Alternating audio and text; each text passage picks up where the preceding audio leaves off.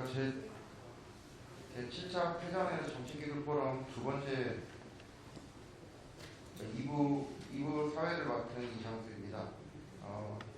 첫 번째 2부 첫 번째 발표는 최현석 박사님께서 참석하지 못하신 관계로 동영상으로 발표 진행하도록 하겠습니다. 안녕하십니까. 저는 한국기계연구원 최현석입니다. 소각 및 SRF 기술 동향에 대해서 말씀드리겠습니다. 대상 폐기물은 생활 폐기물에 대해서 국한하였습니다. 본 자료는 저와 한국폐자원에너지기술협의회 김숙준 고문님과 함께 작성을 하였습니다. 말씀드린 목차는 소각 기술에 대해서 국내외 기술 현황, 그리고 소각 신기술, 다음으로 SRF 기술에 대해서 기술 현황을 말씀드리고 산업 동향에 대해서 말씀을 드리겠습니다. 소각 및 SRF 관련 국내 정책의 변천에 대해서 우선 말씀을 드리겠습니다. 1991년에 보물청소법이 제정된 이후로 1986년에 폐기물관리법이 제정되었고 1990년에 소각 우선 정책이 실시가 되었습니다. 그리고 95년에 종량제가 실시가 되었고 97년에는 대형 소각시설에서 다이옥신 배출 기준이 공포가 되었습니다. 그리고 2003년에 공용연료 쪽이 처음으로 제도에 도입되었습니다. 그래서 RPF가 제정이 되었고 2006년에 RDF가 제정이 되었고 이후 TDF, WCF 등이 제정이 되었습니다. 그리고 2009년에는 비성형 연료도 법제화되었습니다. 그리고 2013년에는 성형 비성형을 통합한 SRF도 법제화되었고 금년에는 SRF 품질 등급제도 실시가 되고 있습니다. 현재 국내 생활 폐기물 처리 현황에 대해서 말씀을 드리겠습니다. 2014년 기준으로 생활 폐기물은 약 25% 정도가 소각 처리가 되고 있고 59%가 재활용 처리가 되고 있습니다. 2018년에도 큰 변화는 없고 재활용이 조금 증가한 상황입니다.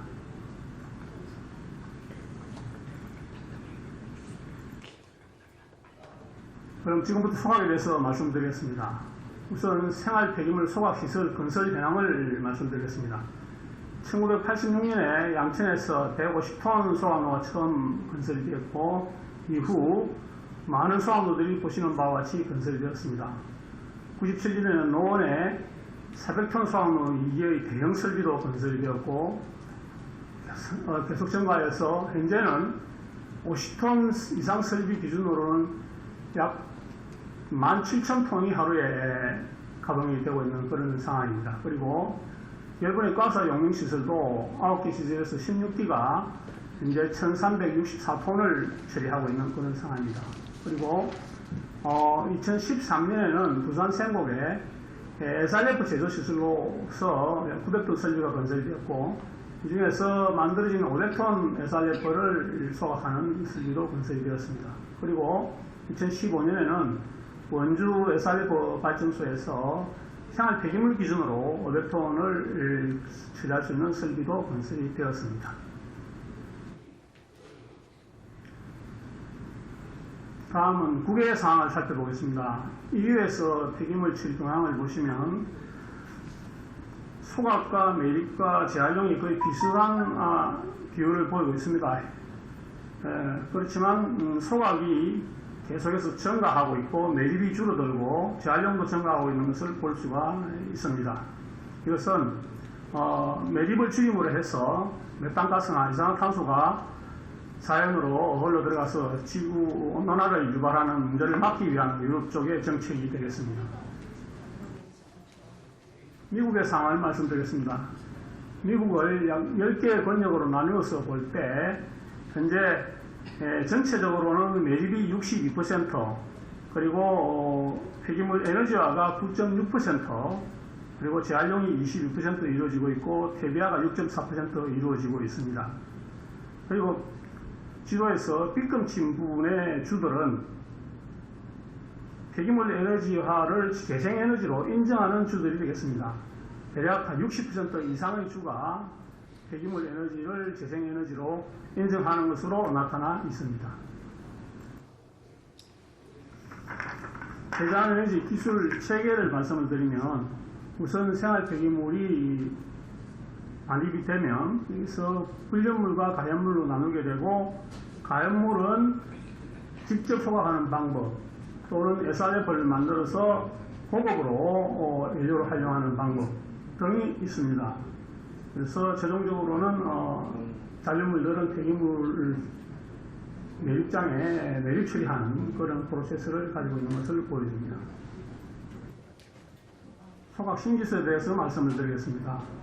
우선 소각에서 가장 중요한 연소의 기술을 향상시키기 위해서 공기비를 낮추고 고온의 공기를 공급하고 배연가스와 공기를 혼합해서 공급을 하거나 또는 소각로에 재를 잘 처리하는 등의 기술들이 연구가 되고 있습니다. 그리고 또 다음으로 폐기물 투입량을 정밀하게 제어하고 또는 스토커를 냉각을 정밀하게 제어하는 기술, 그리고 내화재를 열전날부에 잘라 코팅을 해서 내구성을 향상시키는 방법, 그리고 소각재를 재활용하는 기술, 그리고 전체 시스템을 정밀하게 제어하는 기술 등도 연구가 되고 있습니다.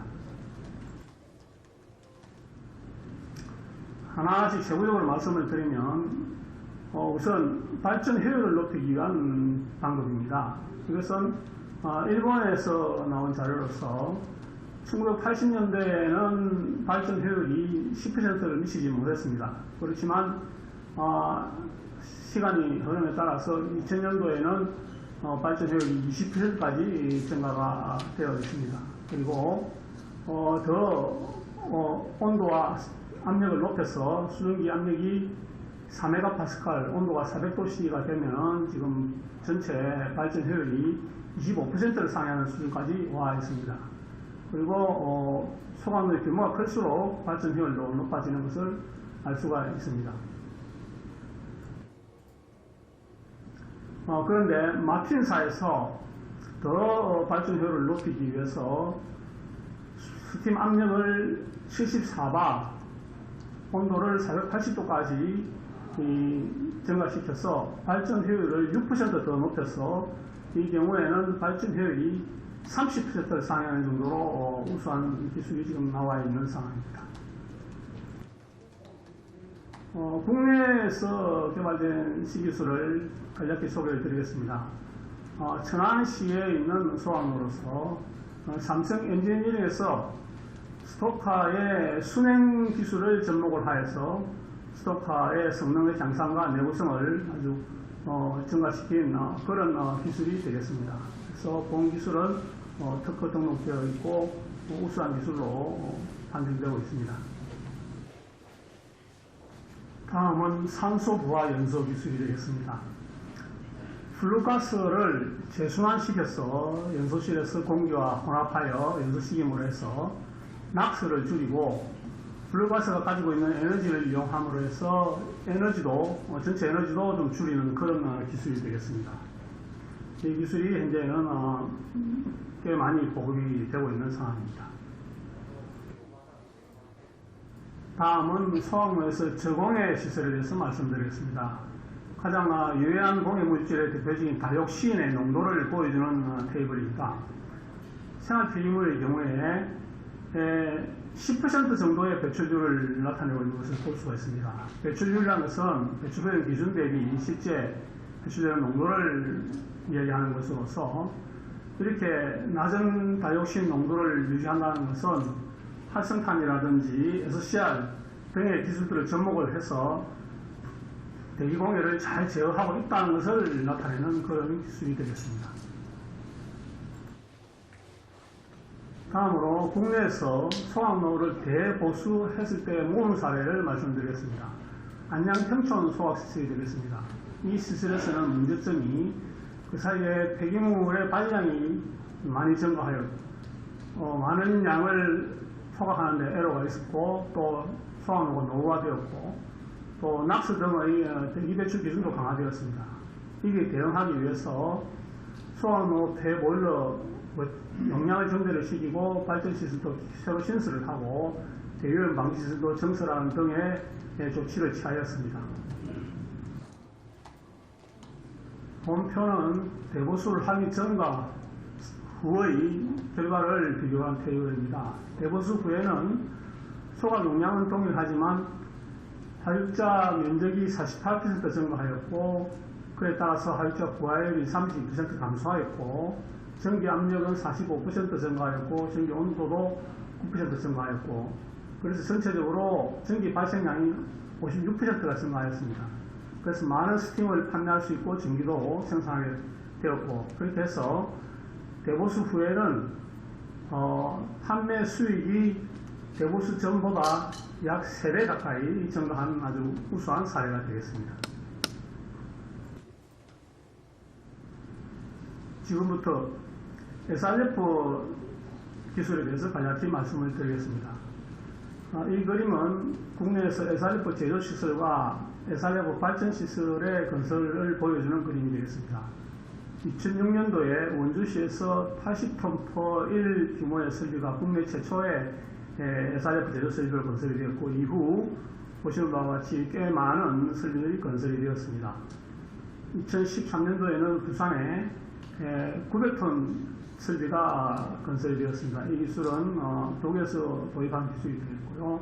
이후 광주, 대구, 대전 등에서도 큰 설비들이 건설이 되었습니다. 그리고 큰 설비들이 건설되면서 동시에 그 SRF를 이용해서 발전할 수 있는 발전 설비들도 같이 건설이 되었습니다. 큰 설비들은 대부분 제조 설비와 같은 사이트에 건설이 되었습니다.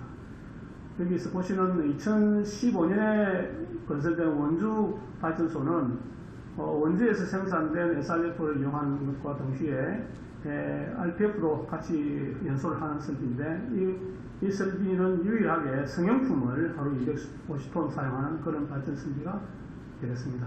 그리고 제조 설비에서 규모가 작은 설비들은 대부분이 현재 성형 SRF를 만들고 있고, 대형 설비들은 비성형을 만들고 있는 그런 상황이 되겠습니다.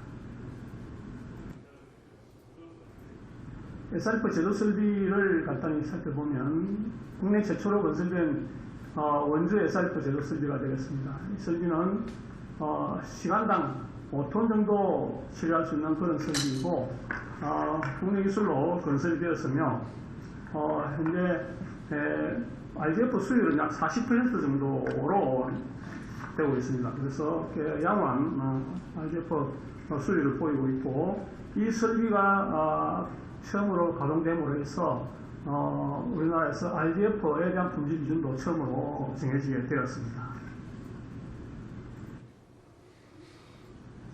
이 설비는 대형 비성형 SRF 제조시설이 되겠습니다.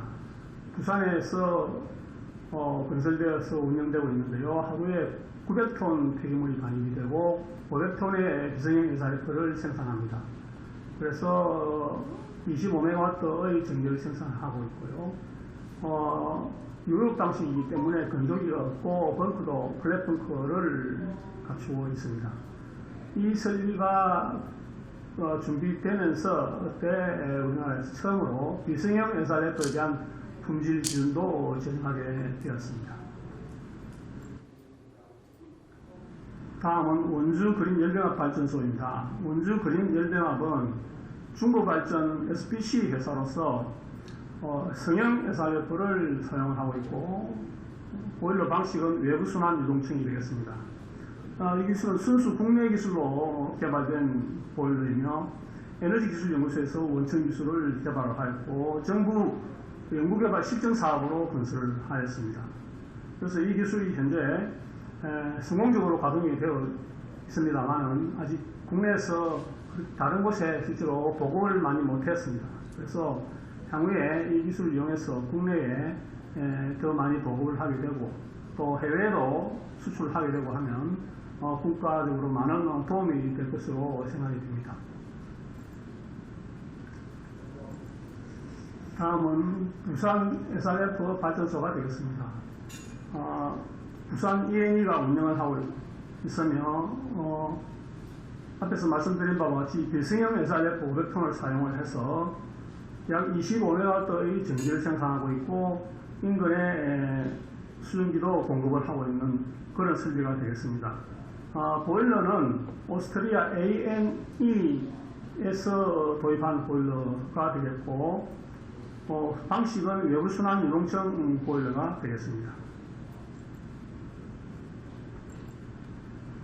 SRF 화력발전소의 발전 효율을 어느 정도로 할 것이냐 하는 부분에 대한 그림을 보여주는 것이 되겠습니다. SRF는 이미 가공이 되어서 폐기물보다는 양질의 품질을 가지고 있기 때문에 그림에서 보시는 바와 같이 타겟 에리어가 발전 효율을 약 40% 정도로 잡고 지금 계속 연구들이 진행이 되고 있는 것을 보여주는 그림이 되겠습니다. 끝으로 국외 SRF 산업 동향에 대해서 말씀드리겠습니다.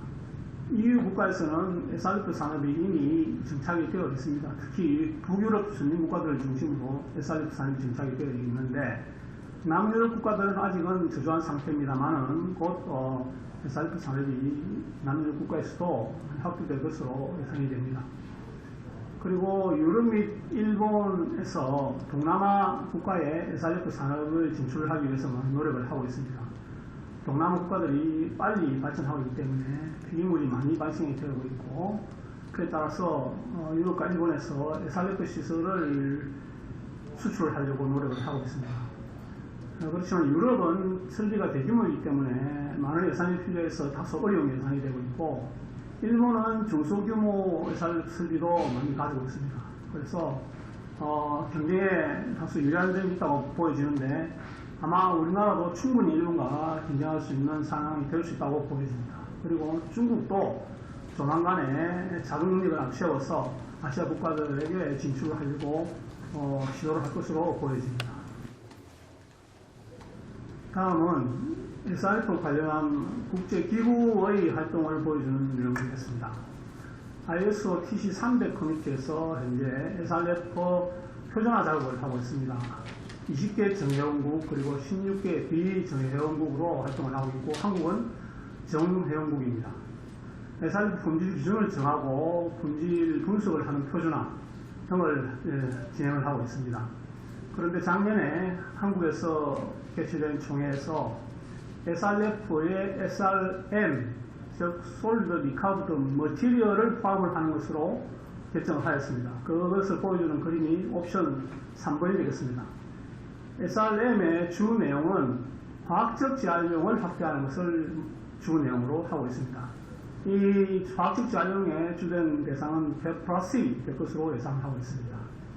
폐플라스틱이 지구 환경에 심각한 문제를 지금 유발을 시키고 있으므로 AEPW, Alliance to End Plastic Waste 같은 이런 국제적인 기구들이 출범을 해서 지금 대응을 하고 있습니다. 현재 이 기구는 42개 대규모 큰 규모의 플라스틱 제조 회사들이 가입을 해서 활동을 하고 있고, 우리나라도 SKC가 유일하게 가입을 하고 있고, 목표는 약 1조 5천억 원의 기금을 마련해서 폐플라스틱 수거, 선별, 가공 및 재활용 인프라를 구축을 하는 것을 목표로 활동을 하고 있고, 재활용은 주로 화학적 원료를 생산해서 다시 그 원료를 가지고 화학적 제품을 재생산하는 이런 목적을 가지고 열심히 활동을 하고 있는 그런 상황이 되겠습니다. 그래서 우리나라도 현재 국내의 대기업 플라스틱 제조 회사들이 관심을 가지고 이런 국제기구 활동에 가입해서 하고 있고, 자체적인 이런 대책들도 수립을 하고 있는 그런 상황이 되겠습니다.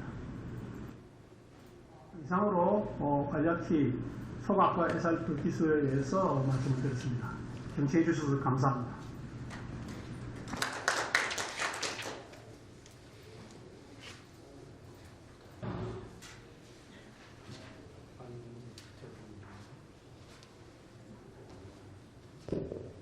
예, 다음은 고등기술연구원 구재 박사님께서 폐자원 가스화 및 열분의 기술 동향에 대해서 발표해 주시겠습니다. 네, 폐자원 가스화 및 열분의 기술 동향을 발표할 고등기술연구원 구재입니다. 폐기물 가스화 기술과 열분의 기술은 저희들 4차 포럼에서 한번 일부 발표했던 내용이고요. 그리고 지금 저희들 포럼에서 이 기술 동향 조사를 계속 진행하고 있고, 내년까지 계속 업그레이드를 진행하고 있는 중입니다. 그래서 현재까지 좀 정리된 내용은 우선 중간 보고 형식으로 발표를 좀 준비했습니다. 발표 내용은 국내 폐자원 에너지 기술 개발 로드맵. 최근 몇 년간은 이렇게 기술 개발 로드맵, 폐자원 에너지 분야에는 거의 진행되고 있지 않는 것으로 판단이 파악이 되었고요.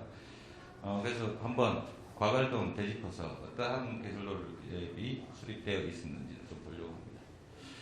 그리고 이제 가스와 일본 기술 개요하고 해외 국내의 가스와 일본의 동향 정책을 좀 설명드리도록 하겠습니다. 먼저 국내 폐자원 에너지 기술 개발 로드맵 현황을 보겠습니다. 2007년도 1년간 진행이 돼서 2008년 1월에 그때 산자부에서 신재생 에너지 RD&D 전략 2030 전체를 진행하면서 폐기물 에너지 분야도 같이 진행이 됐습니다. 그때 보면은 이 열분의 유화하고 가스화 쪽이 단기, 중기, 장기 계획으로 다 수립이 되어 있고, 열분의 유화도 보면은 여기 밑에 보면 기초, 응용, 실용화, 성능화 단계에 하는 실전 연구까지도 다 총망 내에서 로드맵 수립되어 있었습니다. 근데 아쉽게도 이렇게 계획 수립된 것보다는 상당히 못 미치는 진도사항을 나타내고 있습니다.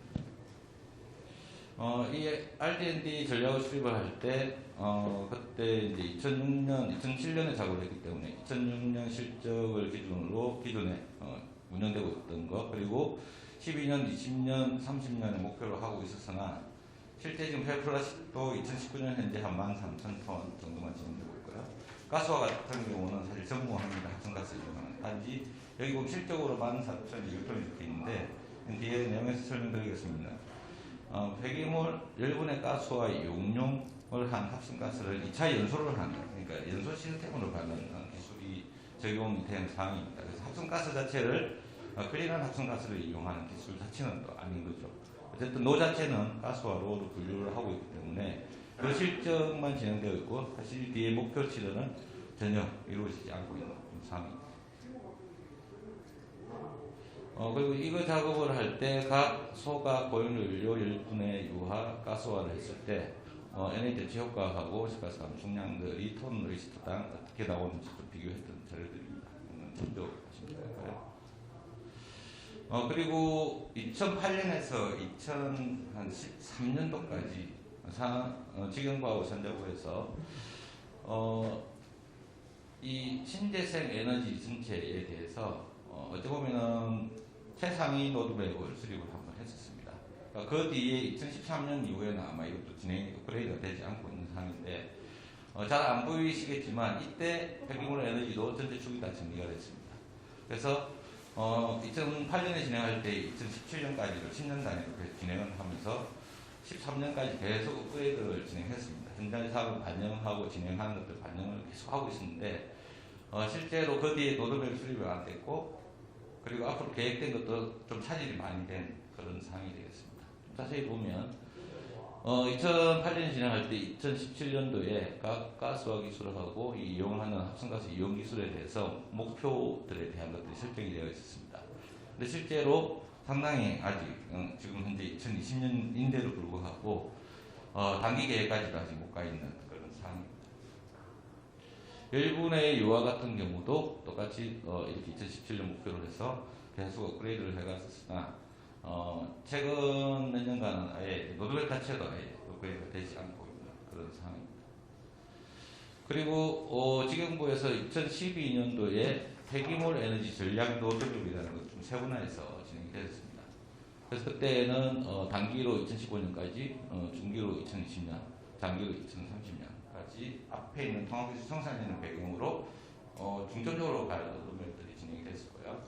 이때 가스와 합성가스 이용하는 쪽하고 일본의 유화 쪽 에너지 쪽 하는 걸 보면 2015년 기준으로 이렇게 볼 때 이미 이제 6,000톤급이라든지 여기 별도 포일급 가스화 시스템들이 실제 프로젝트화 진행이 됐습니다. 이때는 로드맵 상으로. 문제가 대형급들이 진행하다 보니까 결국은 국가 R&D 투자만으로 힘들었기 때문에 민간에서 사업 비용을 투자하는 걸 같이 병행해서 진행하는 걸 프로젝트가 진행됐는데 잘 진행되다가 2014년 말에 기억하시겠지만 유가가 폭락을 합니다. 30불 정도 수준까지. 그러다 보니까 경제성들이 다 없어져 버린 거죠.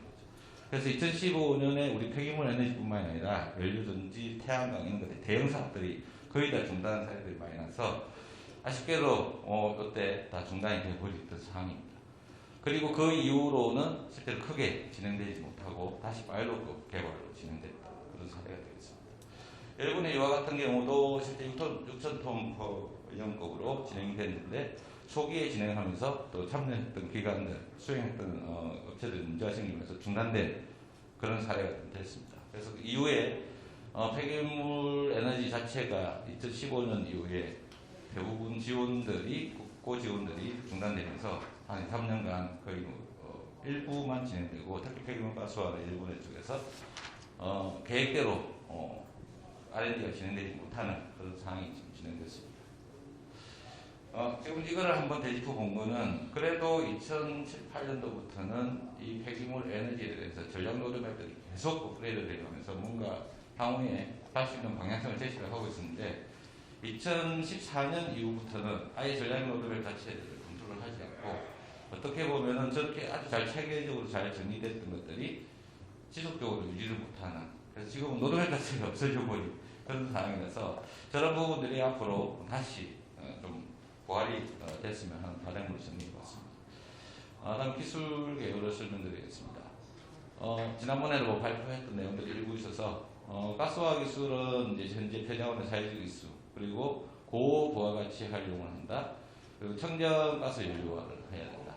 그리고 이러한 사회적 기술을 해소할 수 있는 대상 기술이다라는 걸 했을 때 패러다임이 열화학적 재활용에 활용할 수 있는 가스화 기술이 보급돼야 한다는 필요성을 가지고 있습니다.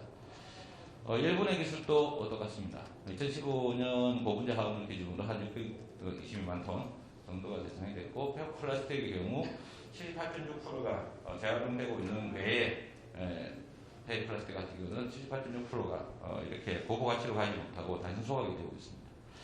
그런 것들이 어쨌든 해상연료유라든지 활용도가 높은 기술이 사실 채택이 되어가는 것이 필요하다는 걸 정리된 거고요. 앞서 1차 세션에서도 설명을 하셨습니다만 일본에는 일단 무산소 기준이고 가스화는 기초산소 조건입니다. 단지 요거는 우리가 산화제를 인위적으로 공급하는 조건이고요. 폐기물에도 산소가 존재를 하고 있기 때문에 완전 무산소라는 기준은 없는 거죠, 실제로는. 이렇게 두 가지 기술이 열분해와 가스화 기술이라는 거고요. 이거 책에 뭐 나와 있는 분류입니다만 열분해하고 가스화를 하게 되면 이렇게 차콜, 리퀴드 그리고 연료가스 가스라면 또 연료가스, 이 하이드로카본이 들어있는 연료가스, 그리고 CO2 위주의 연료가스로서 이렇게 체인들을 보면 라인들을 보면 다양한 화학원료 고부 가치로도 갈 수 있다라는 책입니다. 요거는 전체 가스화에 대한 열병합으로 이용할 수 있는 클리닝 싱가스를 만들어서 열병합 발전, 연료전지 발전, 그리고 화학원료, 수소 뭐 이런 것들 생산할 수 있는 고부가치 산업 고효율적으로 갈 수가 있다라는 걸 보여주고 이미 고상, 액상의 폐기물들을 클린한 연료가스로 전환을 해서 사용을 한다라는 게 가장 중점 요소가 되겠습니다. 열분의 유화 기술도 폐플라스틱이 뭐 감용화, 일분의 고급화를 가서 이렇게 오일로 석유대체로 갈 수 있는 기술의 큰 카테고리입니다. 일본의 유화 반응기 종류는 이렇게 교반정 그리고 킬런식, 스크류식, 관형 이렇게 네 가지 타입으로 주로 사용되고 있습니다.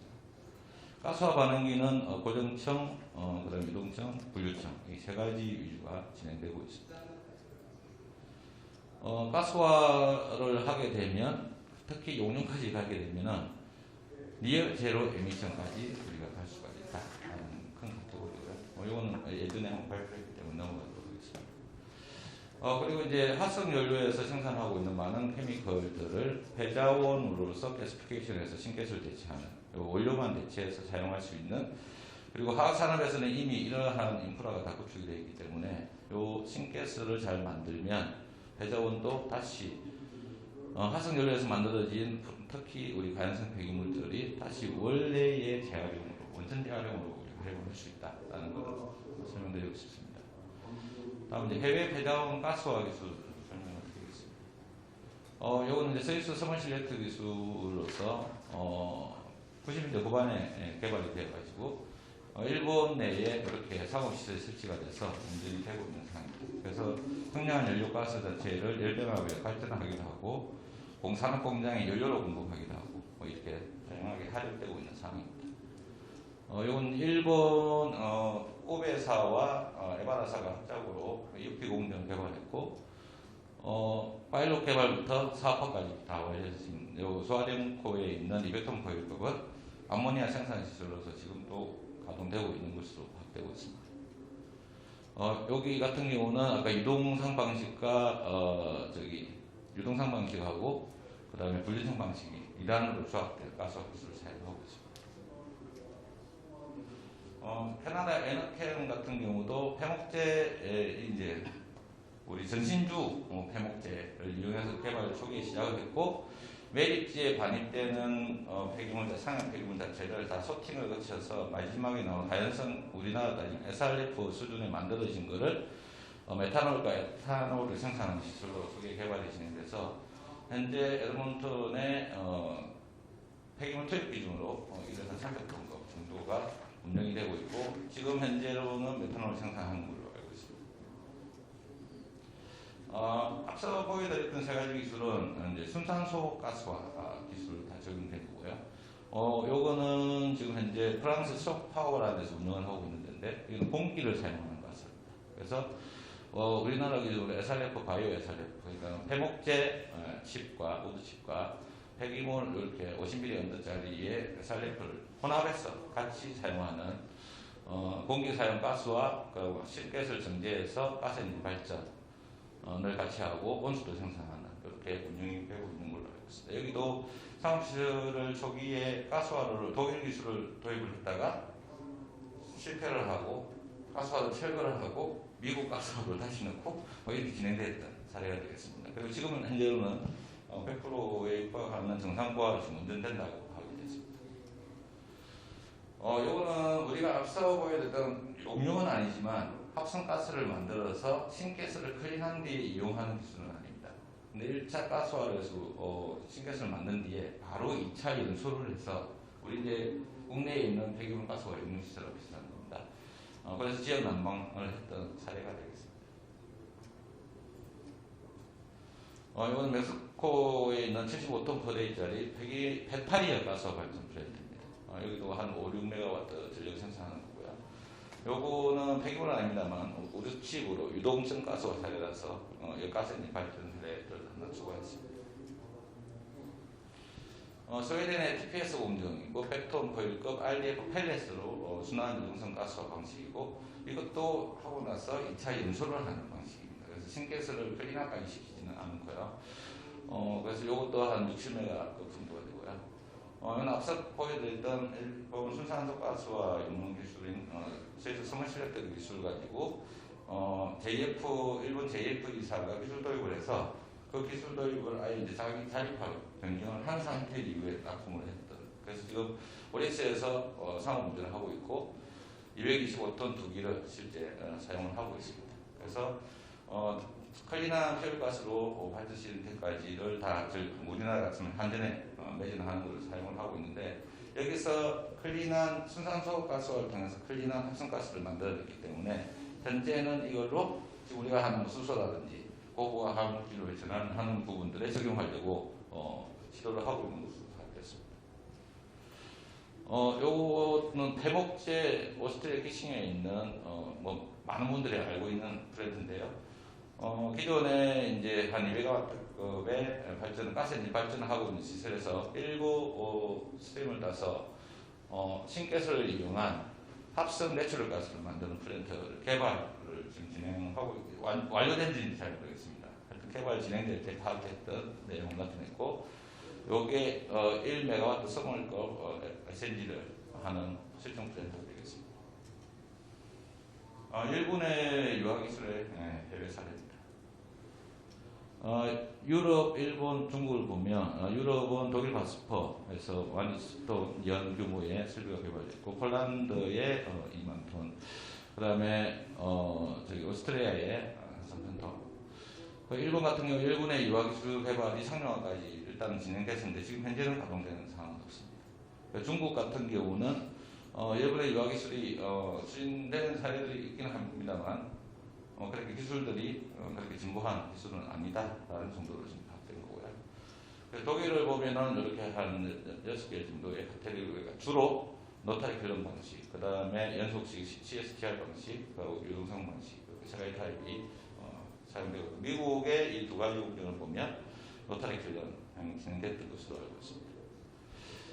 일본의 대표적인 일본의 유화가 세 가지씩 있고, 설규모를 보면 삿포로께 1일 20톤 두기가 돌아갔던 거고요. 홋카이도께 연 6,000톤, 그러면 니가 당연히 6,000톤인데 실제 현재 뭐 가동되고는 있지 않는 그런 상황입니다. 저거는 두 가지 설비에 대해서 다음에 국내 사례를 좀 설명드리겠습니다.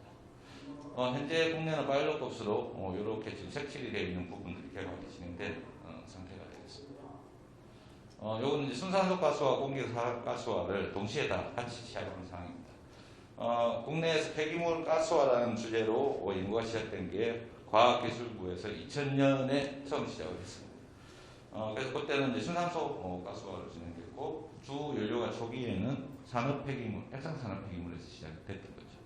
그 단계를 거치면서 2009년 앞서 말씀드린 것처럼 2014년 정도의 백톤 포일급 기술이 설계 기술로 끝나지 않고 사실은 플랜트까지 건설하는 걸 갔어야 되는데 2014년에 그 유가 때문에 그냥 설계 기술 개발로 그냥 종료가 됐던 사례가 되겠습니다. 그리고 이제 SRF라든지 이렇게 폐기물에 대한 공기 가스화 연구가 2010년부터 진행이 되면서 2018년까지 파일럿 개발까지 완료된 상태가 되겠습니다. 이거는 뭐 그런 반응기 개발하고 합성가스 이용하는 기술의 파일럿 플랜트가 하나 예시로 넣어놨습니다. 폐자원 순환소 가스 기술 개발 수준을 보면 앞서 말씀드린 것처럼 초기에는 가스화 위주의 개발이 진행되다가 합성가스 이용 기술까지 그리고 백톤 용량의 설계 기술까지 진행이 됐는데 여기서 이제 단절이 된 거죠. 현재 2000년도까지 15년 이후로 순환소 가스화에 대한 기술 지원은 국가에서는 좀 없다라는 그럼 어떤 수준이냐라고 보면은 파일럿급에서의 전체 시스템 구축 기술까지는 다 가지고 있는 거고 TR의 7단계 정도 되는 패턴 파일럿급 기본 설계 기술까지는 국내에서도 확보되어 있다라고 보시면 될 것 같습니다. 그리고 이거는 국내 폐자원 순산소 가스화 이 사례가 지금도 상업 운영되고 있다는 참 좋은 사례 같은데요. 이건 1일 용량 24톤 연속 운전을 하고 있었던 사례입니다. 그래서 주 타겟이 병원 폐기물을 가지고 진행을 했는데 이때 진행됐던 LT 시스템이 상당히 노력을 해서 환경부 프로젝트로 진행된 걸 상업 운영까지 계속 진행을 하다가 기업이 어려워졌습니다. 그래서 문을 닫는 바람에 이 설비 자체도 지금 아예 다 철거하고 없는 아쉬운 사례가 되겠습니다. 요거는 이제 공기를 이용한 환경부 프로젝트로 2013년부터 2018년까지 진행됐던 사례입니다. 요거는 여수시에 있는 소각로 100톤짜리고요. 요거는 R&D를 하기 위해서 15톤 그 외생활 폐기물을 SRF로 제조하는 시설. 그 생산된 비석유형 SRF를 8톤 거액으로 가스에서 합성가스, 클린한 합성가스 생산하는 거. 요 옆에 거는 그 클린한 싱가스를 가스에 발전하는 시설로. 그래서 한 250에서 320kW까지를 생산하는 것을 개발했던 사례입니다. 여기 이제 공기 사용 가스와 고정성 방식을 사용했고요. 초기에 2015년까지, 16년까지는 이게 공기만을 사용해가지고 가스엔진 돌리는 기술을 개발해 진행됐습니다. 이때 파일럿급이지만 8톤 거일급이지만 14일 연속 운전 이상을 달성했고 토탈 운전은 한 21일 정도 운전했던 상황이 되겠습니다. 그리고 여기 적혀있진 않은데 그 이후에 2018년까지는 산소 부하 공기를 이용해서 가스화에서 합성가스 분출을 높이는 것까지 다 완료를 하고 2018년도에 종료를 했던 상황입니다.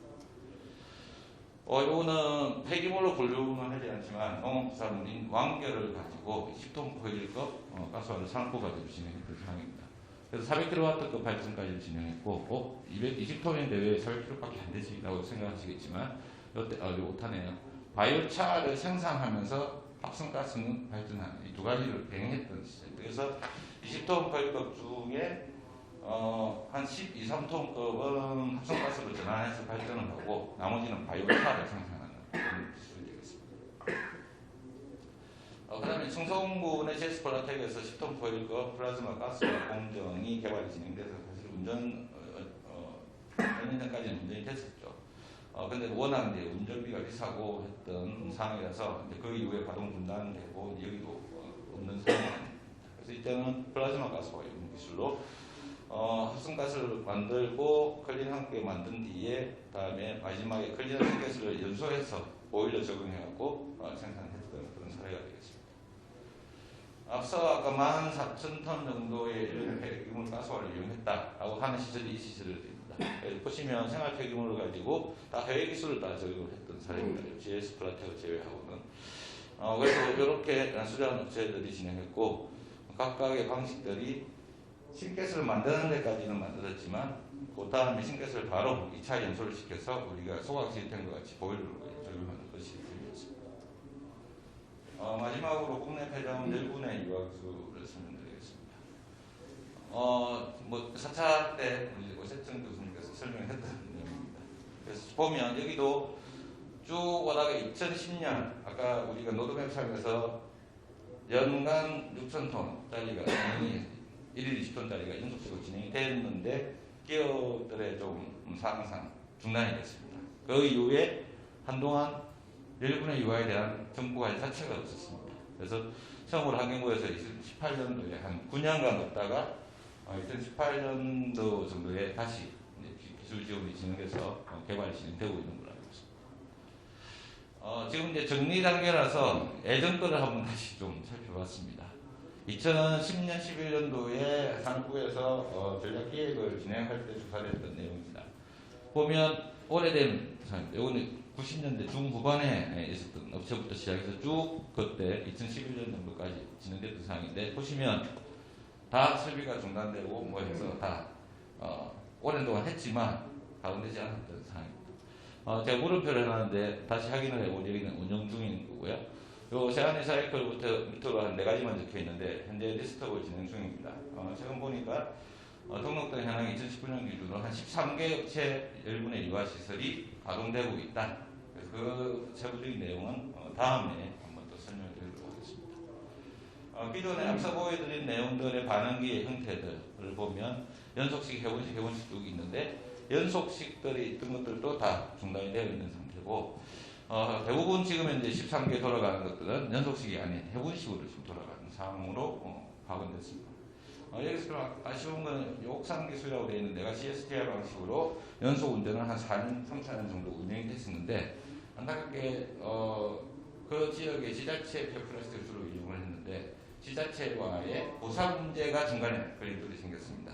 그래서 그것 때문에 완전 중단이 되어버리고 오래돼버리니까 설비도 다 폐쇄되는 수준까지 가서 좀 연속식으로 돌아갈 수 있는 유일한 공정이었었는데 아주 아쉬운 거죠. 요거는 이제 국내 1분의 유아 실적입니다. 주로 애견 위주로 제가 좀 정리를 했는데 92년도부터 아래로 시작이 돼서 여기도 보면 2014년까지 여기 보면 1년밖에 안 되죠. 요게 이렇게 진행되고 그 이유가 완전히 끊겨버렸던 상황으로 알고 있습니다.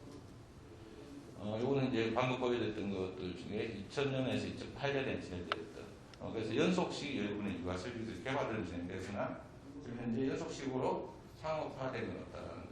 상업 운전을 하고 있는 것들은 다 배치식으로 되고 있다는 상황입니다. 끝으로 앞서 보여드린 이제 연속식 공정 중에 플로를 하나를 제가 업체명은 안 적었습니다만 이렇게 진행이 돼서 실제 연속식으로 수율은 조금 낮으나 안정적으로 계속 생산이 돼서 10분의 가스를 이용하는 공정이라든지 오일을 생산하는 공정으로 좀 충분히 이용할 수 있는 기술인데 이제 기업들이 중간에 어떤 사유로 인해서 가동이 중단되고 가다 보면 중소기업들 위주로 되어 있기 때문에 아쉽게도 다 폐업을 할 수밖에 없는 그런 상황이 됐습니다. 그래서 연속식을 이 시설이 아직도 돌아가고 있었다면 국내 연속 운전을 볼 수 있는 상황이 있을 텐데 참 아쉬운 상황입니다. 이상으로 발표를 마치겠습니다. 감사합니다.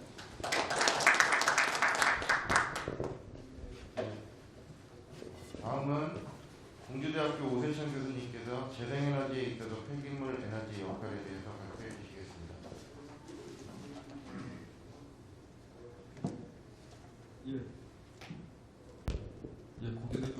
있습니다. 데이터가 좀 이렇게 혼동스러운 게 좀 몇 개 있는 것 같아요. 저가 지금 이걸 보면서 정리하면서 좀 혼동스러운 게 있는데요. 궁극적으로는 제가 마지막에 저희 2018년도 데이터가 발표가 됐죠. 저희 재생에너지 산업부에서 하는 것. 그 부분의 폐기물 에너지 쪽의 내용을 좀 보시고 상당히 좀 문제가 좀 있구나라는 것을 정리하면서 느꼈는데요. 그 부분을 중점적으로 말씀을 드리도록 하겠습니다. 그래서 이제 보면 2018년도의 데이터로 보시면 사실은 1차 에너지 기준으로 봤을 때 이게 지금 폐기물하고 바이오퓨얼이라고 가염해서 같이 적혀 있는데요. 이게 전체 데이터를 보면 적지 않은 양의 재생에너지 가고 있는데 거기에 대부분 이제 상당량이 이렇게 차지하고 있습니다. 폐기물이 대용을 차지하 있는데 이제 안으로 파고 들어가면 뒤에 보시면 상당히 적은 양이다라고 보시고요. 요 리뉴얼 에너지만 따로 띄어서 그걸 100%로 놓고 봤을 때 역시 이제 바이오퓨얼하고 웨이스트가 60% 이상을 차지하고 있는 게 맞습니다. 근데 이제 보면 여기 이제 리뉴어블 뮤니시플 웨이스트에서 MSW라고 되어 있는데요. 이게 상당히 적습니다. 9%밖에 안 나와서 세계적으로도 어차피 IEA에서 통계를 내는 데 있어서 재생에너지 쪽에 폐기물 에너지를 잡는 보장량이 적다라고 이렇게 보이고요. 근데 나중에 조금 오래된 2011년도 데이터지만 조금 오래됐지만 유럽의 각 국가별로 재생에너지 보면 거기에 산업 폐기물도 재생에너지 카운트를 하는 국가들이 있는 것 같아요. 그래서 이게 지금 국가별로 좀 차이가 나는 건지는 잘 모르겠습니다. 어쨌거나 IEA에서는 MSW 중에서만 일부 인정을 하고요. 저희 데이터가 IEA에 보고된 거 보면 총 MSW 데이터 중에 40%만 재생으로 에너지 인정해준다 이렇게 보시면 되고요. 여기 이제 전기 생산량 대부를 보면 전기 생산량으로 보면 이제 더 많이 줄은 부분이 보이겠죠. 그다음에 OECD 쪽으로 보면 OECD도 마찬가지입니다. OECD 보면 전체 1차 에너지 중에서 리뉴얼 에너지에서 바이오하고 웨이스트가 차지하는 게 상당히 많고요. 원별 기준으로 보면 바이오매스하고 웨이스트가 약 52% 이렇게 보여지고 있습니다. 거기서도 MSW가 약 2.7% 그리고 전기량 생산을 데이터를 보시면 될 것 같고요. 근데 이제 궁극적으로 이제 이렇게 보면 전체 재생에너지 쪽의 카운트를 상당히 폐기물 에너지 쪽에는 제한적으로 두고 있다라는 건 맞는 것 같아요. 재생에너지 포션을 해서 굉장히 제한적으로 두고 있다라고 이렇게 보시면 될 것 같고요. 여기 이제 OECD 국가의 원별 발전량 부분에서 보면 여기 이제 MSW로 이렇게 보입니다. 이때는 거의 이렇게 적었던 부분이었고 2019년도 보면 데이터가 좀 늘었습니다. 그래서 전체적으로 양이 재생에너지 포션이 많이 늘어났으니까 수력적으로 좀 주는 포션이 있는 것 같고 절대량이 주는 거 아니고 퍼센트니까요. 퍼센트 비율로 보면 그래도 MSW 양은 점점 증가하고 있는 건 맞는 것 같습니다. 그 다음에 원별 발전량 추이의 똑같은 내용을 보면요. 저희가 이제 바이오가스하고 이 부분에 리뉴어블 MSW가 여기 들어가 있는 부분이죠. 여기하고 5.1% 정도라고 봐서 이렇게 보면 또 발전량에 있어서 MSW가 차지하는 양이 적지는 않다 이렇게 보여지는 것 같고요. 우리나라는 근데 이제 뒤에 보시면 되지만 발전량은 상당히 적습니다. 1차 에너지 쪽은 상당히 많은데 MSW 가지고 발전되는 양은 그렇게 많지 않은 것 같이 잡힙니다. 만약에 고용연료 사용 시설들이 열병합 쪽이에요. 대형 시설들이 만약에 운전이 됐다고 한다면 발전량이 꽤 늘어났을 것 같긴 해요. 근데 이제 MSW 고용연료 쪽이 가지 못하는 부분에서 우리는 이제 발전량은 상당히 정체가 좀 되고 있는 부분인 것 같긴 합니다. 물론 소화 쪽에서 늘어나고 있는 부분이 있지만요. 요거 이제 유럽의 재생에너지 바이오매스 및 폐기물 에너지 차지하는 부분인데 요거보다도 요거 데이터를 보면 아까 말씀드린 것처럼 유럽 국가별로 나와 있는 데인데 이 최신 자료는 제가 찾으려고 해도 요 이후의 자료를 제가 못 찾았는데 아마 박상호 교수님 자료가 혹시 계실지 모르겠어요. 어느 자료 쓰시는 능력이 계시죠. 근데 제가 찾은 거로는 2011년도 각 국가별 데이터를 좀 보고 싶었어요. 국가별 데이터를 찾아야 되는데 국가별로 나와 있는 게 많지 않은데 어쨌거나 2011년 데이터까지만 제가 찾았고요. 전체 리뉴어블 에너지가 이제 국가별로 쭉 보면 EU EU하고 노르웨이 같은 거 25%인가요? 이렇게 올라가 있는 부분이 있고 이 부분에서 바이오매스하고 웨이스트가 차지하는 부분 이건 전체 중입니다. 4.4%면 전체 중에 4.4%라고 보시면 돼요. 리뉴어블 에너지가 25.4 그러니까 이걸 다 더하면 이게 나오는 것입니다. 그리고 요거를 따로 띄어서 본 거예요. 여기서 이제 MSW 이렇게 보면 되는데요. 요게 이제 MSW만 따로 이렇게 띈 겁니다. 요거를 다 더하시면 이게 나오는데 내용이 나오는데 아까 말씀드린 것처럼 IEA에서는 MSW만 이렇게 잡아놨는데요. 통계가 물론 많은 양은 아니지만 여기 인더스트리얼 웨이스트가 잡히고 있는 부분이 있는 게 분명히 있습니다. 근데 이제 이걸 어떻게 잡는지는 모르겠어요. 이것도 각 국가 유럽에서 데이터를 낼 때 그냥 내지는 않을 것 같은데 발표 자료를 물론 2007년 데이터니까 바뀔 수는 있었을 것 같아요. 바뀔 수 있을 것 같은데 어쨌거나 산업회계 분야에서도 일부 재생에너지로 카운트가 되고 있는 부분이 있다 이렇게 보시면 같고요. 전기에너지입니다. 이건 마찬가지 열입니다. 열은 이제 조금 더 많죠. 아무래도 열은 좀 많아서 MSW 같습니다. 그래서 궁극적으로 재생에너지에서 폐기물 에너지가 반드시 뭐 지금 다들 아시겠지만 폐기물 에너지가 빠지지 않는 건 확실한 것 같습니다. 폐기물 빠지지 않는 것 같은데 어쨌거나 이렇게 발표되는 거하고 우리나라 데이터를 나중에 좀 말씀드릴게요. 그렇다면 재생에너지에서 폐기물 쪽을 어떻게 바라보고 있느냐라는 쪽을 보면 미국의 이제 RPS 제도를 도입하는 현황이 있고요. 그다음에 각 주별로 폐기물 에너지의 재생에너지 인정하는 부분을 보면 그게 뭐 RPS 계열로 들어갔던 다른 재생에너지 정식을 이용하는 간에 상당수의 주들이 상당히 폐기물 에너지를 사실은 이용을 하고 있는 부분이고요. 카운트를 하고 있다 이렇게 보시면 되고요. 요게 이제 그 미국에 그렇다면 폐기물 에너지에 RC가 얼마 들어가 있냐라고 하면 여기에 기타 신재생에너지를 보시면 됩니다. 그러니까 우리나라처럼 재생에너지를 이렇게 종류별로 많이 나누진 않았고요. 미국의 주별로 보면 폐기물 에너지를 다 기타 신재생에너지를 넣어서 꽤 그래도 많이 주고 있습니다. 많이 주고 우리는 이제 0.25 부분이 있는데 꽤 많이 주고 있다 이렇게 보시면 되고요. 그 유럽에서 보면 영국 같은 경우는 결국은 이게 REC라는 게 그게 사업성이잖아요. 그러니까 재생에너지를 하는 데 있어서 뭐 목적이라는 게 사업성이 안 맞으니까 그걸 이제 맞춰주기 위해서 REC를 주는 건데 그래서 보면 재미난 게 유럽 같은 경우는 신규 기술에 대해서 상당히 여기 보면 가스와 열분의 기술에 대해서 상당히 높게 주고 있습니다. 오히려 역으로. 그러니까 이거는 REC로 지원을 해주지 않으니까 저희가 산업부에 만약에 제한을 하게 된다라고 한다면 폐기물 에너지를 종류별로 나눌 필요가 있다. 그러니까 기존에 소각으로 하는 것을 뭐 0.25 이렇게 한다면 가스하는 그거보다 훨씬 더 많은 투자비가 들어가고 훨씬 더 많은 그런 운전비도 들어가기 때문에 그걸 똑같이 소각과 REC를 똑같이 줄 수 없다라는 논리는 분명히 있을 것 같아요. 어차피 REC라는 게 이제 그런 개념이니까. 그렇게 된다고 한다면 뭐 지금 조금 탄력을 받으려고 하는 가스와 열분의 쪽에 대해서는 조금 가지 않을까라는 생각이 들고요. 어쨌거나 이것은 분명히 그 기술적인 그 수준에 따라 가지고 다르게 주고 있는 부분이고 우리는 이제 그렇게 주진 않죠. 우리는 그냥 물론 우리도 이제 그렇게 주려고 노력하죠. 태양광 쪽이 많이 주고 이렇게 하는 부분이 있지만 이탈리아를 보시면 이제 이탈리아에 대해서 이렇게 바이오하고 생물에서 폐기물만 인정을 합니다. 이탈리아는 1.3을 주고 있는 거고. 이탈리아가 1.3인데 우리는 이제 생물성을 인정해도 0.25인데 이게 이제 지금 그 변경이 될 수 있을 것 같아요. 우리나라도 RC 시기적으로 가중치를 변화시키잖아요. 회의를 통해서. 그래서 유럽도 아마 가중치는 변경이 분명히 있을 것 같긴 합니다. 이게 이제 국내 2018년도 산업부에서 발표한 자료입니다. 그런데 이제 말씀드리고 싶은 내용이 이제 국내 폐기물 에너지 관련 통계 부분인데요. 1차 에너지 신재생에너지 생산량하고 국내 재생에너지 발전량하고는 뭐 계속적으로 꾸준히 증가는 하고 있습니다.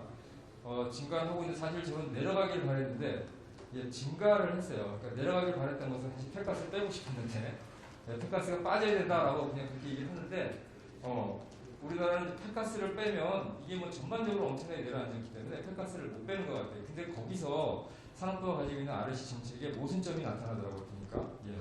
그래서 어쨌거나 이제 1차 에너지 생산 비중을 보면 참고적으로 보시면 되고요. 폐기물 에너지가 차지하는 게 절대적입니다. 아직까지는. 근데 사실 폐기물 에너지에서 폐가스를 드러내는 사실 없죠.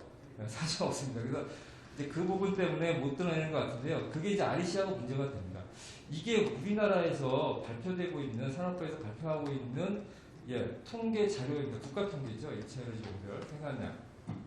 그래서 뭐 표시가 되지만 폐기물 쪽으로 보면 절대적입니다. 1차 에너지 쪽도 절대적이고 56.9%, 2018년도가 50.9%. 하지만 절대량이 뭐 크게 줄지는 않았습니다. 다른 게 많이 늘어나니까 상대적으로 늘어난 거고요. 발전량 기준으로 봐도 발전량으로 좀 증가했습니다. 근데 퍼센트는 이제 준 부분이고요. 자, 이게 우리나라의 국계 통과입니다. 이게 우리나라의 국가 통계고요. 이게 IEA에서 인정한 통계, 그러니까 이게 IEA에서 인정한 통계가 IEA가 자기들이 일본이 정한 게 아니고 우리가 보고를 하잖아요. IAEA에 보고를 한 거예요. 그렇게 되면 지금 여기서 발전량만 보더라도요. 통계를 내면서 재미나게 봤던 게 요게 이제 전체량 중에서 요거 MSW 중에 두 개 합치면 전체 토탈 NMS가 되고요. 요 재생이 요거 토탈의 약 40% 거의 정확히 40%로 갑니다. 그거를 IAEA 그렇게 우리나라는 그렇게 40% 정도가 생발성이다라고 아마 윤현대 박사님이 아마 과제를 용역하셔서 그때 애경영 쪽에다 우리가 데이터를 내서 그걸 가지고 사용을 하는 것 같아요. 40% 하는데 발전량은 이건 TO이고 앞에는 기가칼로리니까 좀 이거는 좀 힘들지만 자 기가칼로리 기가 와트 쪽 아워를 보시면요. 요 데이터를 다 합치면 요 데이터죠.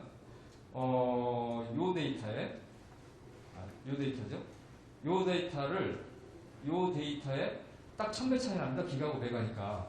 근데 합이 안 맞아요. 도저히 저기 왜 합이 안 맞는지 알았더니 IAEA는 폐가스를 빼고 보고를 한 겁니다. 지금 보니까. IAEA는 폐가스를 빼고 보고를 해요. 그러니까 우리나라 국가 통계에는 폐가스를 집어넣어서 전체 재생에너지가 엄청나게 올라가 있는 것처럼 보이는데 IAEA는 폐가스를 벌렁 빼버리고 갑니다. 이제 그게 뒤에 IC하고도 문제가 돼요. 그러니까 이렇게 보시는 것 같아요. 그 산업부에서 봤을 때도 우리나라 국가 통계에는 그 폐가스를 재생에너지를 넣을 수밖에 없었다. 그냥 데이터 연속성이라든지 아니면 국가 통계이다 보니까 그렇다고 없지만 IAEA 보고할 때는 폐가스를 뺀다는 것은 우리가 자체적으로도 뭐냐면 거기에 대한 타당성이 없다라고 인정을 하는 것 같아요. 타당성이 없으니까 아예 보고를 잘하지 못하는 겁니다. 사실. 그래서 그런데 이제 뒤에 말씀을 드리면 그러면 재생에너지가 모집단이고 REC가 거기에 부분집합으로 들어가야 되느냐 REC가 크고 재생에너지가 부분집합으로 들어가야 되느냐 그 문제인데요. 사실은 재생에너지 안에 REC가 들어가는 게 맞는 것 같아요. 왜냐하면 재생에너지가 크게 있고 거기에 따라 기준에 따라 이렇게 REC가 가야 되는데 폐가스가 아직도 REC가 남아있잖아요. 폐가스가 아직까지 남아있음에도 불구하고 IAEA는 보고도 못하고 근데 폐기물은 IAEA에다가 비위생 폐기물이라고 분명히 보고는 합니다. 산업 폐기물도 빼고 재생도. 그럼에도 불구하고 REC는 제로로 가고. 그러니까 이게 물론 어쩔 수 없는 어떤 시기적인 것 때문에 그럴지는 모르겠지만 상당히 이 REC 자체가 상당히 지금 불합리하게 가 있다라는 부분이 있어서 이거는 사실은 그렇습니다. 다른 그 에너지원을 저희가 보통 그 이런 것들을 할 때 다른 에너지원을 깎으라는 얘기는 사실 못하잖아요. 저희가 전공은 폐기물이고 그러니까 뭐 태양광의 REC를 줄여라 이렇게 이야기는 저희도 못하잖아요. 그죠? 그렇게 못하지만 그래서 폐가스를 빼라라는 얘기는 그냥 사석에는 하지만 그걸 함부로 빼라는 얘기를 그쪽에 가시는 분들도 계시기 때문에 말을 못하지만 공식적으로는 하지만 이렇게 재생에너지 IAEA에 보고도 못하는 우리나라 국가 통계에 있는 폐가스에는 REC를 2.2를 주고 그래도 비재생이지만 그래도 IAEA에 보고하는 폐기물 쪽은 그냥 다 죽이고 0.25로 간다는 것은 그건 근본적으로 국가적으로 문제가 있는 거다라고 해서 폐가스를 REC에서 제외를 시키던 그거는 저희가 논할 건 아니고요. 그건 저희가 논할 건 아닌 것 같고요. 근본적으로 폐기물에 대해서는 아까 말씀드린 것처럼 기술적인 난이도라든지 이런 부분에 따라서 전반적으로 다시 한번 고려가 되는 부분들은 분명히 있어야 되겠다라는 생각이 좀 듭니다. 그게 이제 지금 물론 국영연구원에서도 재생 포션이 얼만큼 되느냐라는 것을 지금 데이터를 추적하고 있지만 결국은 산업부에서는 재생에너지 도시 폐기물 중에서 재생에너지가 몇 프로를 인정해 줄 것이냐라는 것은 이렇게 가는 것 같아요. 궁극적인 그 방향은 이렇게 잡는 것 같습니다. 보고하는 얘기. 그러니까 캐나다는 65% 이게 이제 IAEA에 보고하는 겁니다. 그러니까 캐나다는 우리나라는 65% MSW 60%가 청구대성이야. 그러니까 그걸 인정해줘라고 IAEA 보고하는 거고 아마 백데이터 다 냈겠죠, 그죠? 우리 했을 거고 스웨덴 60%. 근데 IAEA 이제 우리나라는 40%를 인정하고 요거는 이제 우리가 이제 제출한 겁니다. 아마 요거는 스웨덴이나 캐나다 쪽에서 MSW에 아마 유기성분이 좀 더 많아서 이렇게 나오는 것 같아요. 우리나라보다. 우리는 분리수거를 그래도 많이 하잖아요. 그죠? 그러다 보니까 이제 그런 부분, 음식물 분리수거하고 그러다 보니까 그래서 요거는 제가 개인적으로 한번 실험을 해봤던 거고요. 53.6%라고 나와서 이렇게는 못 올라가지만 40%에서 50% 사이까지는 왔다 갔다 하지 않을까라고 하고 산업부에서는 기본적으로 이렇게 퍼센트로 가려는 방향을 하고 있습니다. 왜냐하면 모든 시설에 대해서 그때그때 생분해성을 체크한다는 것은 거의 시설이 불가능하거든요. 그래서 전반적으로 국내에서 나오는 MSW 중에서 몇 프로 정도 가겠느냐라고 라고 할 것 같아요. 라고 하는 것 같아서 이제 그 부분을 갈 때 저희가 어떻게 좀 많은 노력을 좀 하든지 해서 저희가 좀 이 부분에 대해서 다시 한번 RC에 대해서 다시 한번 좀 조정을 해봐야 되지 않겠냐. 물론 RC 조정 기간이 뭐 조정하는 것이 또 상당히 좀 시간이 있어야만 도래하지만 당장은 아니더라도 다음에 RC 조정안이 나올 때 그때는 그냥 넘어갈 게 폐기물 에너지 저번에 그 RC 조정이 될 때 폐기물 에너지 하시는 분들이 크게 관심이 몇 번 빼는 건 없었잖아요. 그래서 그런 부분들을 좀 건너뛰고 다음에 RC 조정을 할 때는 조금은 나름대로의 백데이터를 좀 준비를 해서 좀 가야 되지 않을까라는 생각이 듭니다. 폐기물 에너지에 보시면 이제 1차 에너지 발전량 이렇게 보시면 폐가스가 뭐 엄청납니다. 발전량하고 사실은. 예. 그러니까 이제 이거를 보더라도 궁극적으로 뺄 수가 사실 없는 것 같아요.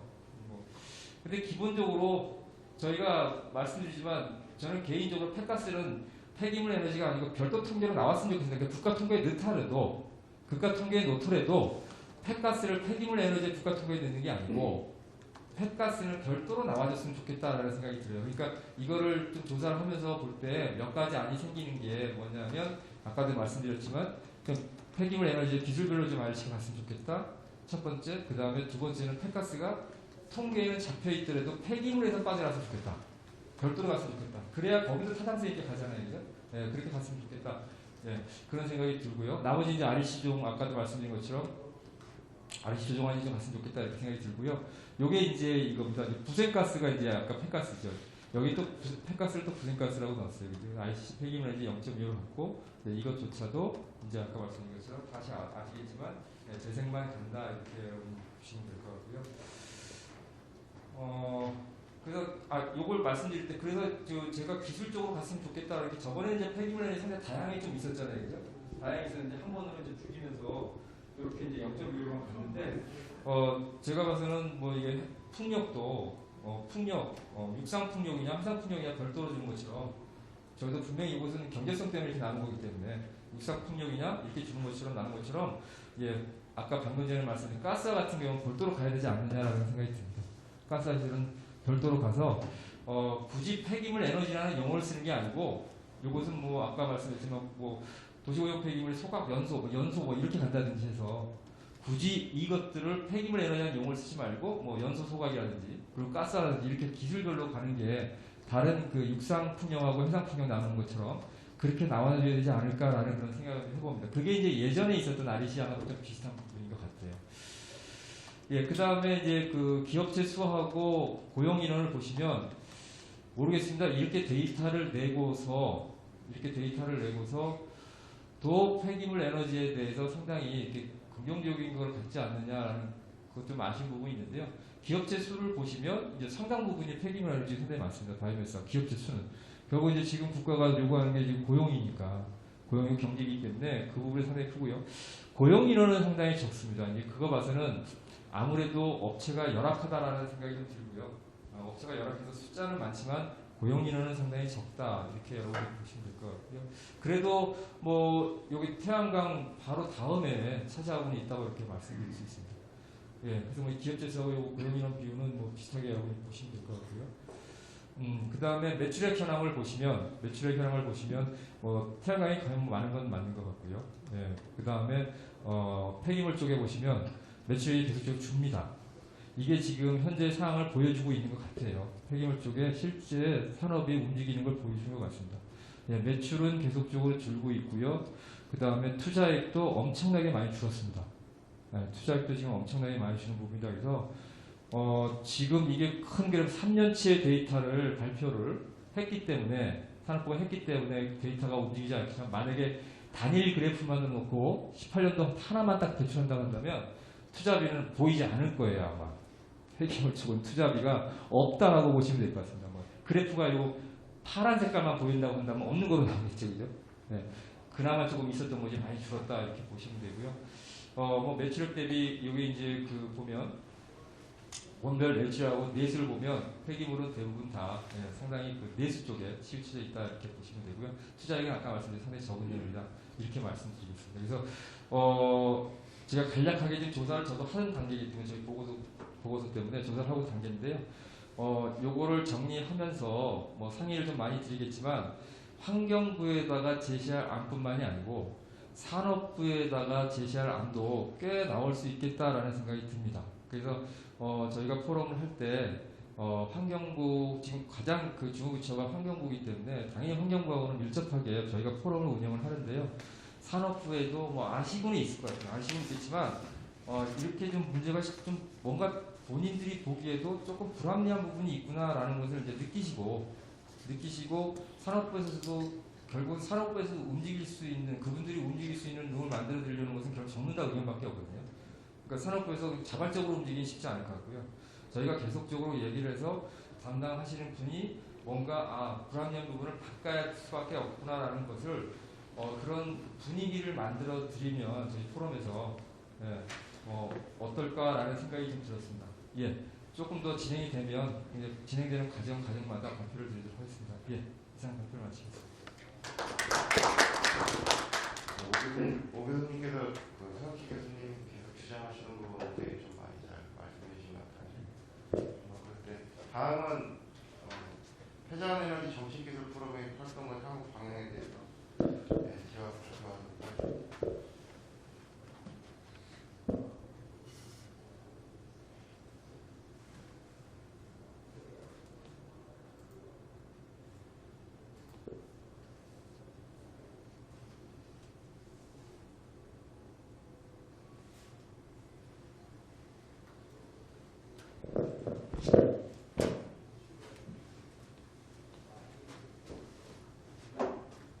네, 인사 한번 드리겠습니다. 회전에너지 정책기술 포럼 총괄간사 이장수입니다.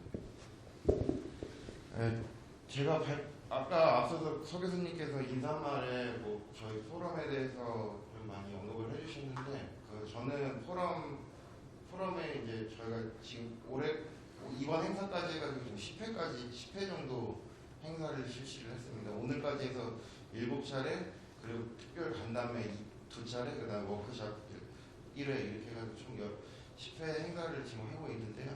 거기에서 이제 각각 나왔던 내용들이나 그리고 좀 이제 자문 의견 같은 거 있었던 것들 내용 좀 설명해드리고 저희가 이제 향후에 어떤 쪽으로 갈지 좀 간략하게 설명드리겠습니다. 네, 회전에너지 정책기술 포럼은 올 3월부터 해가지고 지금까지 자료 제공, 여론 개선, 정책 개선이라는 3가지 목표로 지금 뭐 기술 정보 그리고 정책 연구, 경제성에 관련된 자료를 제공하고 그리고 가장 크게 여론 개선하는 주민 갈등, 학술 연구, 포럼 세미나, 홍보에 관련된 여론 개선 파트하고 그리고 정책 개선하는 정책 개선안 그리고 적정성 검토, 국회 토론에 대한 큰 꼭지를 가지고 있습니다.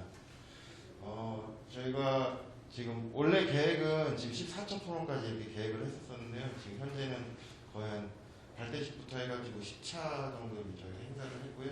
1단계에서는 저희 목표는 정책 현황을 조사하고 기술정책 개선 방향을 도출하고 그다음에 언론 미디어의 연계 홍보를 통해 가지고 저희가 이제 정책 개선안을 도출해서 정부에 계속 지속적으로 이제 저희가 요구하는 바를 조금 들어줄 수 있도록 만들어주는 게 일단 저희가 1단계 목표였고요. 그리고 이제 내년이 되면은 저희가 이제 정책 개선안 도출된 거를 지속적으로 계속 이제 관계 부처랑 그리고 국회 쪽하고 계속 세미나나 포럼을 개최하면서 이제 저희가 요구하는 바가 실질적으로 반영이 될 수 있도록 하는 게 저희 목표가 되겠습니다. 1차 회전에너지와 정책기술 포럼은 회전에너지 정책기술 포럼의 필요성과 역할이라는 주제로 환경부 나옥중 사원님께서 발표해 주셨고요. 그리고 환경부에서도 지금 폐기물 발생량이나 뭐 이런 거 대비해 가지고 에너지 수량이 굉장히 떨어진다는 걸 인지하고 있고 그리고 폐기물 발생 통계나 이런 것들에 대해서도 굉장히 지금 좀 문제가 많이 있다라는 걸 인지는 하고 있는 상태입니다. 그리고 또 지금 다 아시다시피 폐전 에너지 시설이 가장 설치되는데 가장 큰 걸림돌 중에 하나가 주민들이 수용성이 굉장히 떨어지기 때문에 주민 반대를 어떻게 좀 개선해야 될 것인가에 대한 고민들이 좀 많이 있는 것으로 발표를 해주셨고요. 그리고 거기에 대해서 회전 에너지화 시설에서 이제 REC가 계속 떨어지다 보니까 인센티브를 어떻게 줄 것인가에 대한 그때 개선 방안에 대해서 조금 말씀을 해주셨고, 그리고 그 에너지 회수율 도입을 하고 그리고 적용하는 내용에 대해서도 좀 설명을 해주셨습니다. 이따가 이제 주요 자문 의견은 뒤쪽에 대해 제가 따로 설명을 드리겠습니다. 그리고 2차 포럼에서는 폐기물 미래 정책에서 폐전 에너지 역할과 기대라는 주제로 박상호 교수님 그리고 강준구 연구관, 홍수열 선생 이렇게 세 분께서 발표를 해주셨고요. 앞서 박상호 교수님이 일부 행사에서 발표해 주신 거가 이때 발표해 주신 거에 조금 진보된 내용이라고 좀 보시면 되겠습니다. 그리고 지금 국립환경과학원에서는 폐기물 에너지 관련 법제가 굉장히 조금 잘못되어 있고, 그리고 연관성이나 이런 것들이 굉장히 조금 불명확하다는 생각을 가지고 있어서 그런 법제 체계나 그리고 법령 관련해 가지고 좀 개선안 같은 거를 좀 가지고 있더라고요. 그런 내용들을 그때 발표를 해주셨고, 그리고 아까 1차 때 1차 때 환경부 나우통 사무관이 말씀해 주셨던 것처럼 이제 그 대중 수용성을 어떻게 확보할 것인가에 대한 그런 방법론에 대해서 홍소열 소장님께서 발표를 해주셨습니다. 그리고 3차 포럼에서는 폐자원 에너지와 기술 현황 및 운영 안정성에 대해서 김석준 고문님, 그리고 선동 책임연구원님, 그 다음에 강릉연구원 이렇게 세 분이서 발표를 해주셨고요. 이때는 좀 기술적인 부분을 소각 기술하고 그 다음에 SRF 기술에 대해서 좀 봤었고, 그리고 법제 개선 방향을 어떻게 가져갈 것인가에 대해서 강준구 연구관님께서 좀 설명을 해주셨는데, 요 각각의 발표나 내용들은 저희가 운영하고 있는 유튜브에도 지금 각각 발표자별로 이렇게 업로드 되어 있으니까 상세 내용을 확인하시고 싶으신 분들은 그런 걸 한번 확인하시면 될 것 같고요. 그리고 4차 포럼에서는 최신 열화학적 에너지화 기술에 대해서 또 발표를 했었습니다. 지금 첫 번째 발표에서는 발제자분들은 오세진 부장님, 그리고 권성환 박사님, 구재일 박사님, 오세진 교수님 이렇게 발표를 해주셨고요. 첫 번째 발표는 그린 뉴딜 사업과 관련된 그 한국지역난방공사의 그 에너지 사업 모델에 대해서 좀 발표를 해주셨는데, 그 한난에서는 지금 그린 뉴딜 사업하고 병행해가지고 플라스틱을 이용해서 플라스틱을 열분해해서 거기에서 나온 오일을 다시 이제 수소화시키는 그런 그 사업화 전략을 또 가지고 있는 것을 발표를 해주셨습니다. 그리고 지금 두 번째 발표에서는 권상환 박사님께서 이제 열화학적 에너지와 기술에 대해서 이제 전반적으로 조금 설명을 많이 좀 해주셨었고요. 그리고 바로 직전 발표에서 이제 그 폐전 가스와 합성가스 환유 기술 동향과 전망에 대해서 구재 박사님이 발표를 해주셨고, 그리고 아까 여기 지금 오늘 발표하신 거를 이제 그때 발표해 주셨던 거에 액화 기술하고 가스 기술 같이 해가지고 오늘 좀 발표를 해주신 내용이 좀 있었습니다. 그리고 5차 포럼에서는 정책 및 제도의 개선 방향으로 해서 한국 폐기물 자원순환학회랑 동시에 이렇게 개최를 하게 되었습니다. 그때 이제 폐전 에너지 정책 방향을 어떻게 가져갈 것인가에 대해서 강준구 연구관님께서 발표를 해주셨고, 그리고 지금 환경부에서 추진하고 있는 지금 용역을 수행하고 있는 오세천 교수님께서 그 폐전 에너지 제도 개선 방안 연구에 대해서 지금 어떤 방향으로 갈 것인지에 대해서 설명을 해주셨고, 이제 좀 끝났습니다. 환경부 용역이 종료됐습니다. 이 자원순환 대전하고 폐자원 에너지에 대해서 고지학 교수님께서 그 상세 내용을 조금 그때 이 용역 결과물에 대해서 조금 설명을 좀 해주셨습니다. 그리고 6차에서는 폐전에너지 기술협의회랑 같이 공동 개최를 하게 됐었고요. 이때는 폐전에너지 시설 주민 갈등 해결을 위한 방안을 주제로 이제 박재근 사무관님, 그다음에 이재용 박사님, 문흥국 대표이사님, 이근택 대표 전 대표님 이렇게 해가지고 했었는데, 이때 이제 폐전의 의견은 뭐였었냐면 이제 환경 갈등을 어떻게 처리해야 될 것인가에 대한 방법론을 이제 앞서 두 분이서 발표를 해주셨었고요. 그리고 실제로 이제 그 부산 ENE는 어떻게 활동을 하고 지금 부산 ENE가 이제 지역 주민들과의 관계를 어떻게 가지고 있는가에 대해서 조금 많은 설명을 좀 들었었습니다. 그리고 이 4번은 다들 잘 아시다시피 좀 실패 사례로 해가지고 저희가 이제 거기서 오는 시사점이 뭔가가 있을까 해가지고 그때 내용을 좀 들었었는데 이제 이때 내포 신도시 같은 경우는 뭐 제가 말씀드리는 것보다 더 잘 알고들 계실 것 같아요. 이쪽에 이제 정부 컨트롤 타워도 좀 미비했었고 그리고 이제 뭐 인식도 주민들 인식도 워낙에 안 좋았었고 그런 것들 때문에 복합적으로 해서 이제 내포 그린 에너지가 결국에는 그 SRF 열명 발전 시설에서 LNG로 이렇게 되면서 이제 그 사업이 실패하게 된 사례로 해서 저희가 그 사례 조사, 사례 스터디를 좀 했었고요.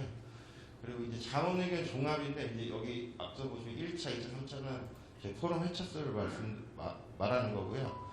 그 1차 때는 그 발대식과 같이 하다 보니까 좀 방향성을 좀 잡았으면 좋겠다라는 의견이 좀 있었고 그리고 그래도 그럼에도 불구하고 폐전 에너지 정책의 대전환이 정말 필요하다라는 의견들을 공통 일괄된 목소리로 좀 말씀을 해주셨습니다. 그리고 또 우리나라에 바로 적용하거나 빨리 할 수 있는 거는 두 개의 벤치마킹 사례를 벤치마킹하는 게 가장 좋다는 의견들이 좀 많이 있었고요. 그리고 2차 자문 의견에서는 주민 수용성 향상 그리고 대중 수용성을 어떻게 제고할 것인가에 대한 내용들이 좀 많았습니다. 그리고 3차에서는 이제 기술 관련돼 가지고 내용이 좀 있었어 가지고요. 이 소각 기술 운영 노하우나 그리고 지금 실제로 어떻게 그 주민들한테 홍보하거나 그리고 이 주민 수용성이 막혀 있는 상태에서 어떻게 이런 것들을 더 향상시킬 수 있는가에 대한 내용을 조금 말씀을 많이 해주셨던 것 같습니다. 그리고 4차에서는 그 그린 뉴딜 관련하고 가스화 기술, 열분해 기술 이런 것들에 대해서 말씀을 해주셨는데 지금 한국지역난방공사 같은 이제 에너지 공기업들이 좀 역할을 좀 잘 하고 있었다라는 의견을 좀 주신 분들이 있었고요. 그리고 나주 SRF 열명 발전소가 조금 만약에 이제 지금 아직 어떻게 됐는지 정확히 되지는 않았습니다만 이제 이게 만약에 성공적으로 된다고 하면 매뉴얼 작성의 기회라고 또 말씀을 해주시는 분들이 좀 몇 계셨어요. 그래서 이제 똑같은 사례가 똑같은 사례가 또 발생을 했을 때 어떻게 좀 신속하게 대응을 할 수 있는지에 대한 내용을 좀 주셨고 그리고 지금 그 가스화나 열분해 같은 경우에는 기술 난이도 아까 오승천 교수님도 전 발표에서 말씀해 주셨습니다. 그 기술 난이도를 고려해가지고 R&D 지원을 조금 전폭적으로 좀 해줬으면 좋겠다라는 의견들이 좀 있었습니다. 그리고 5차에서는 폐전 에너지 시설을 좀 명확히 좀 구분했으면 좋겠다라는 의견이 있었고요. 그게 이제 열외수 그 소각 에너지화 시설하고 그다음에 그냥 단순 처리 시설로 좀 이제 구분을 해달라는 내용이 좀 있었고 그리고 그 REC를 배치하는 그러니까 새로운 개념 이제 WEC를 조금 적극적으로 좀 도입을 했으면 좋겠다라는 좀 말이 있었습니다. 그리고 최근에 있었던 6차 포럼에서는 그 이제 사업이 실패하는 원인 중에 하나가 정책의 일관성이 없었기 때문이라고 다들 똑같이 한 목소리를 내셨거든요. 근데 그 정책의 일관성을 꾸준히 유지할 수 있도록 정부의 역할하고 그리고 정치인들의 협력이 좀 필요하다고 이런 말씀을 좀 주셨고 그리고 거버넌스 운영이 절대적으로 필요하다. 그리고 그런 모범 사례로 해서 경기 지역 사례를 좀 말씀을 해주셨고 그리고 이런 것들이 사회 문제화되고 지금 계속 주민들이 반발하는 거를 그거를 사전에 방지하려면은 이제 공론화를 통해 가지고 뭔가를 좀 하거나 그리고 이제 랜드마크 하거나 이런 거를 해보자라는 의견들이 좀 있었습니다. 그리고 저희가 이제 특별 포럼을 2회를 개최를 했는데요. 첫 번째는 나주 SRF 열명발전소 환경 영역에서 간담회를 실시했었습니다. 당시에는 이제 전체적으로는 그 발표됐던 그 환경 영향조사 결과는 뭐 기준치도 다 만족하고 다 괜찮았었는데 결국에는 이제 주민들이 반발하는 거는 여전히 똑같다고 생각이 들더라고요. 근데 이제 거기 그때 이제 반대위원장분이 모셔가지고 발표를 했는데 그 잠깐 말씀을 하셨는데 그 법정 기준치를 만족해도 이제 건강상의 위험은 다 제거하지 못했다라는 생각을 좀 가지고 있어가지고 이게 어떻게 될지는 조금 더 보셔야 될 것 같아요. 그리고 오늘 그 이투뉴스 기사를 보니까 이제 나주시에서도 이제 행정소송을 하는 그 행정명령을 조금 내린 것 같더라고요. 그래서 이 나주권 관련해 가지고는 조금 더 지켜봐야 될 것 같습니다. 뭐 주요 내용은 여 밑에 이제 보시면 아실 거고요. 그리고 이제 그 간담회에서 공통적으로 그 패널분들이나 평가위원단분들 말씀하시는 게 폐기반 에너지는 꼭 필요하다. 그런데 실제로 진행되지 않는 이유가 뭐냐라고 했을 때 정부가 잘못하고 있다는 게 좀 가장 똑같은 말씀을 다들 공통적으로 말씀하시는 게 있었고요. 그리고 그 주민들과의 소통이 제대로 이루어지지 않아가지고 이런 그 실랑이가 벌어지지 않나라는 말씀이 좀 있었습니다. 그리고 그 폐기물 에너지 정책에서 간담회를 또 환경부랑 또 한 차례를 가졌었습니다. 그리고 이쪽도 앞서 말씀드린 것과 같이 폐장 에너지 정책에 대한 변화의 필요성은 모두 다 똑같이 인식을 하고 있고, 그리고 REC 관련된 내용과 그리고 그것과 더불어서 이제 인센티브 주는 거에 탄소 배출권도 연계하는 방안도 한번 좀 고려를 해보자라는 의견도 좀 있었고요. 그리고 그 폐장 에너지 시설 인허가에 대한 좀 진입 장벽을 좀 낮춰주면 어떠냐라는 좀 의견도 있었고요. 그리고 주민들의 반대가 워낙 심하기 때문에 그 중에 하나가 이제 실질적인 혜택이 없다고 보는 거거든요. 그래서 그 주민들한테 실질적인 혜택이 좀 갈 수 있도록 그런 제도적인 거나 정책적인 걸 좀 마련했으면 좋겠다라는 의견이 좀 있었습니다. 그리고 저희가 지금 포럼 업적으로는 이 직전까지 해가지고 포럼이 6회, 그다음에 간담회 위에 워크숍 1회 해서 총 9번 행사를 진행했고 참석인은 약 500여 명 정도 됩니다. 그리고 언론 기고, 칼럼, 인터뷰, 뉴스 보도가 약 55건, 그리고 유튜브 채널 개설해가지고 지금 그 재생한 거나 뭐 보니까요 조회수가 약 한 3,000회 정도 되더라고요. 많은 분들이 좀 관심을 가져주셔가지고 이 내용 좀 보고 있고, 그리고 환경부 연구 용역 같은 경우는 지금 뭐 저희 포럼의 업적으로 좀 생각을 하고 있는 것 중에 지금 폐장 에너지 제도 개선 연구 관련한 그 저희 노력이 조금 반영되지 않았나 하는 생각을 좀 하고 있습니다. 그리고 지금 환경부랑도 지속적인 정책 관련 자원 의견 제시하고 있으니까요.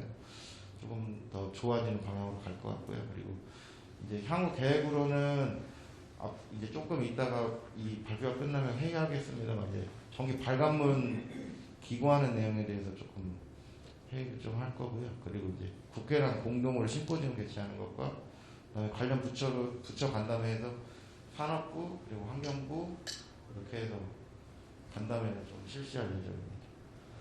그리고 저희가 이제 나온 정책 개선을 홍보하는 내용까지 저희가 지금 이제 향후 계획을 가지고 있습니다. 네, 이상입니다. 감사합니다.